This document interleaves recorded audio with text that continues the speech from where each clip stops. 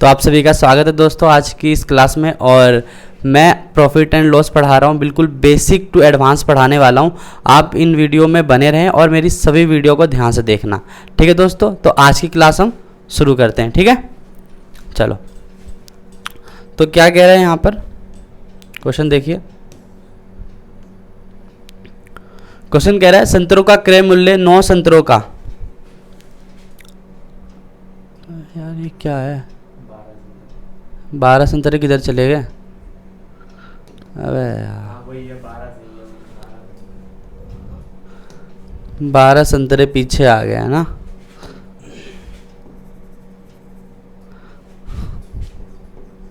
देखो क्या कह रहा है, 12 संतरों का क्रय मूल्य 9 संतरों के विक्रय मूल्य के बराबर है, तो उनका लाभ या हानि प्रतिशत ज्ञात करें, है ना। ये काफ़ी ज़्यादा सिंपल क्वेश्चन है, इसमें कुछ भी नहीं होता है। आपको क्या करना है, 12 संतरों का क्रय मूल्य, तो मतलब 12 सीपी है। सीपी कितना है? 12, ठीक है। अब देखो कह रहा है कि 12 संतरों के क्रय मूल्य 9 संतरों के विक्रय मूल्य के बराबर है, मतलब क्या कर दोगे, 9 एसपी है। कोई दिक्कत है? उनका क्या बताना है, लाभ या हानि का प्रतिशत बताना है। तो पहले यहाँ पर देखो कि ये सीपी और जो एसपी है वो अलग अलग है। यहाँ पे कैसे, ये मत सोचना कि 9 सीपी है। भाई सीपी कौन सा है यहाँ पर, 12 सीपी है और 9 एस, हाँ नहीं 12 एसपी है और 9 सीपी है, ठीक है। ऐसे होता है इसके अंदर। तो यहाँ पर हमारा सीपी क्या आ गया, 9, और एसपी क्या आ गया, 12। तो देखो हम कैसे निकालते हैं लाभ प्रतिशत, कभी भी कैसे निकालते हैं, हमेशा सीपी पे निकालते हैं लाभ प्रतिशत, है ना। सीपी पे निकालते हैं लाभ प्रतिशत। तो यहाँ पर देख, तो सीपी कितना है, 9। अच्छा लाभ कितना हुआ जल्दी बताओ, 9 का था, 12 का बेचा, कितना लाभ हुआ, 3 का लाभ हुआ। तो अपॉन 3, ठीक है, और मल्टीप्लाई 100, 3 1 जा 3, 3 3 जा 9। तो कितना आंसर इसका, 100/3। देखो आंसर में है 100/3, देखो ये रहा ऑप्शन, है ना, ठीक है। समझ में आया, सिंपल सा है। इसमें क्या दे रखा होता है कि 12 सीपी 9 एसपी के बराबर है। तो इसमें क्या होता है, सीपी के सामने वाला क्या होगा, उसका सीपी होगा, और एसपी के सामने वाला क्या होगा, उसका एसपी होगा। समझ में आ रहा है, सिंपल सा क्वेश्चन है। नेक्स्ट क्वेश्चन में चलो। तो देखो अगला क्वेश्चन क्या है हमारा, अगला क्वेश्चन है, if the selling price of 15 article is equal to the selling price of 12 article, है ना। इसमें हिंदी में नहीं है वाला क्वेश्चन, इंग्लिश में देख लो। कह रहा है अगर 15 आर्टिकल का सेलिंग प्राइस 12 आर्टिकल के कॉस्ट प्राइस के बराबर होगा, if the selling price of 15 article is equal to, भाई ये कॉस्ट प्राइस है, ठीक है, हाँ कॉस्ट प्राइस, ठीक है। तो देखो cost price of 12 article, then tell the profit. तो यहाँ पर ध्यान से देखो, सिंपल चीजें क्या है, 15 आर्टिकल एसपी, ठीक है, इक्वल टू 12 आर्टिकल सीपी। तो आपको पता है ना सीपी कौन सा होगा, सीपी होगा 15 और एसपी कितना होगा, 12। तो लिख लो यहाँ पर सीपी इक्वल टू 15 और SP equal to selling price कितना है, 12। अच्छा देखो इसमें हानि हुआ है, लॉस हुआ है, इस बार लॉस हुआ है, कितने का हुआ है, 3 का हुआ है। तो 3 ऊपर और 15 नीचे, क्योंकि 15 एसपी पे निकालते हैं हमेशा परसेंट, है ना, इंटू 100। तो 3 5 जा 15 और 5 20 जा 100, मतलब कितने परसेंट का, 20% का क्या हुआ है, हानि हुआ है। 20% का क्या हुआ है, हानि हुआ है। यार 20% तो ऑप्शन में ही नहीं है।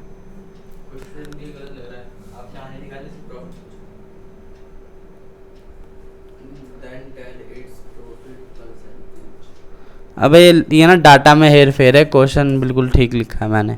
तो यहाँ पर देखो, यहाँ पर लॉस होगा, तो यहाँ पर लॉस लिख लो आप, सीधी सीधी बात है, लॉस परसेंटेज, क्योंकि इसमें लॉस ही हो रहा है। देखो अगर सेलिंग प्राइस 15 है, ठीक है, और कॉस्ट प्राइस 12 है, जब मैंने 12 में खरीदा और 15 में बेचा, अबे तो फायदा ही तो होगा, फायदा ही होगा। तो यहाँ पर क्या होगा, फायदा होगा 20% का, पर यहाँ पे उल्टा हो गया, ठीक है। क्वेश्चन नहीं गड़बड़ा गया यार, ये क्वेश्चन नहीं गड़बड़ा गया, ठीक है, कोई नहीं, आगे चलते हैं, काट देंगे इसको। तो क्या कह रहा है क्वेश्चन 15,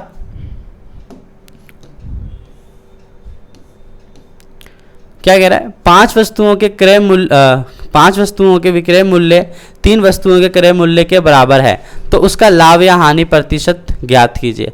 अब कह रहे देखो 5 वस्तुओं के विक्रय मूल्य है ना, 5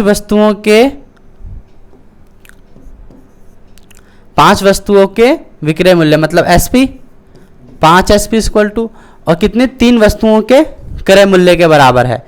ठीक है, तो 3 CP, तो इसके आमने सामने वाली वैल्यू होती है। ठीक है, तो ये SP कितना हो जाएगा 3 और CP कितना हो जाएगा 5, तो लिख दूं CP बराबर 5 और SP बराबर 3। कितने का फायदा हुआ या घाटा हुआ, 2 का हुआ, तो 2 ऊपर लिखेंगे और 5 नीचे, मल्टीप्लाई में कितना 100। ठीक है, तो काट दो, कितना आएगा 10 नहीं 20 और 20 दूनी 40, तो कितना है 40% का क्या होगा, इसको हानि होगा, लॉस होगा। ठीक है भाई, 40% का लॉस होगा इसको।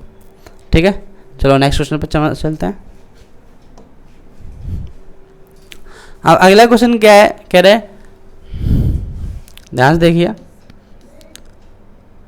देखो इसमें थोड़ा सा कुछ अलग है। कह रहा है एक दुकानदार को, ये नेक्स्ट टाइप है, क्या है टाइप ही नेक्स्ट है। ठीक है, देखो क्या कह रहा है, एक दुकानदार वस्तु को 12.5% के लाभ पर बेचता है। क्या कह रहा है, 12.5% के लाभ पर बेचता है। यदि CP 560 होगी तो उसका विक्रय मूल्य ज्ञात कीजिए। कितना बोल रहा है, विक्रय मूल्य ज्ञात कीजिए। अब देखो ये तुम्हें आसान नहीं लग रहा, एक दुकानदार वस्तु को 12.5% के लाभ पर बेचता है। यदि CP 560 होगा तो उसका विक्रय मूल्य बताइए। अब वो कह रहा है 12.5% के लाभ पर बेचता है, तो कितना निकालना है, में से 12.5% निकालना है ना, तो इसको आप उल्टा भी निकाल सकते हो। ठीक है, जैसे देखो अब कितना है 560 मल्टीप्लाई इसका 12% निकालूंगा, 12.5% अपॉन में 100। ठीक है, सिंपल चीज़ है, 0 से 0 क्या होगा, कट जाएगा। ठीक है, 5 दूनी 10 5 25 पॉइंट यहाँ आएगा और ये 5 दूनी 10। ठीक है, अब फिर इसको कैंसिल करूँगा, तो 2 दूनी 4 2 अट्ठे 16। अब 25 अट्ठे 200, 25 अट्ठे 20 हासिल, 25 दूनी 50, 50 और 20 70। एक अंक का पॉइंट है तो एक अंक का पॉइंट लगा दूंगा, तो कितना आया 700।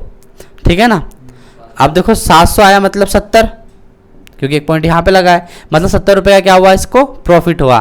तो 560 में कितना फायदा हुआ मुझे 70 रुपये, तो इसे ऐड कर दूंगा, तो कितना है 0316, कितना 630 रुपये का। कितने का लाभ होगा उसको, वैसे 70 रुपये का लाभ होगा और टोटल कितने हो जाएगा इसको 630 रुपये।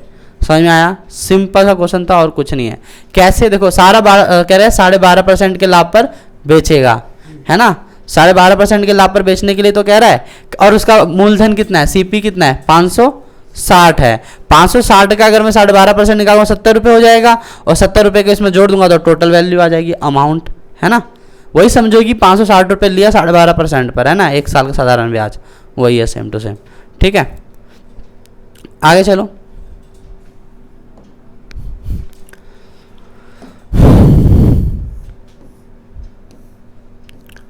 तो देखो क्या कह रहा है, a shopkeeper sell an article at a loss, English में पढ़ दिया यार, ये रहा हिंदी में।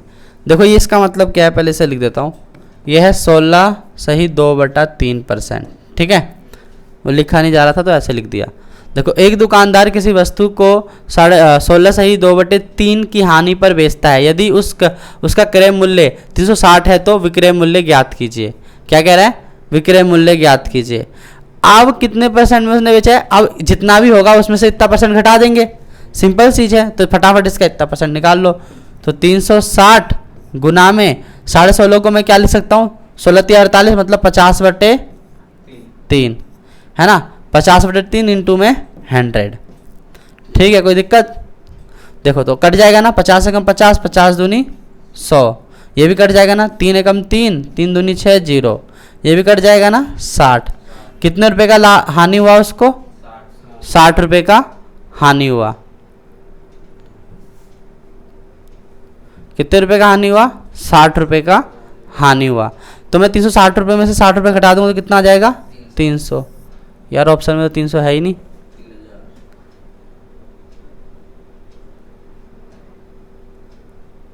है ना? इसका मतलब साफ है कि क्वेश्चन में ऑप्शन ही गलत है। हाँ, क्योंकि आंसर तो बिल्कुल सही है। और हैं यहाँ पर ये 100, ये 100, अरे परसेंट है ना, ये परसेंट, तो परसेंट नीचे ही आ जाता है। देखो 3 16 3 48 48 और 2 50/3, यही तो हुआ। अब परसेंट के लिए भी तो 100 लगाऊंगा, तो ये कटा नहीं था, 50 दूनी 100 और ये 3 से ये कट गया 120 बार में। समझ में आया? वो ना एक्स्ट्रा जीरो लग गए होंगे शायद से। कहाँ? 200 250 150 300 ऐसे हुए हैं। हाँ, ये एक्स्ट्रा जीरो लग गया मेरे ख्याल से, ये सही कह रहे हो, ये एक्स्ट्रा जीरो लग गया। कितने में बेचा होगा? 300 रुपये में। ठीक है, चलो नेक्स्ट क्वेश्चन पे।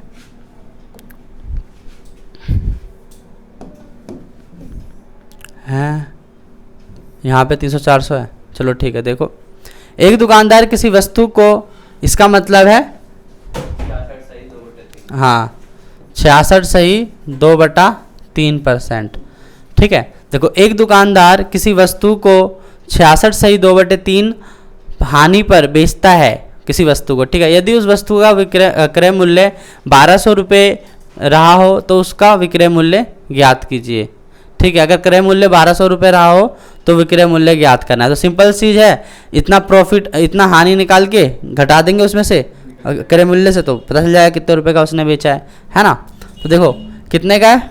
1200 रुपये की चीज़ थी, कितने की हानि हुई? 66%, मतलब 3 6 18 3 6 18 19 198 और 2 200, 200/3 और ये 100 लगा लो परसेंट का।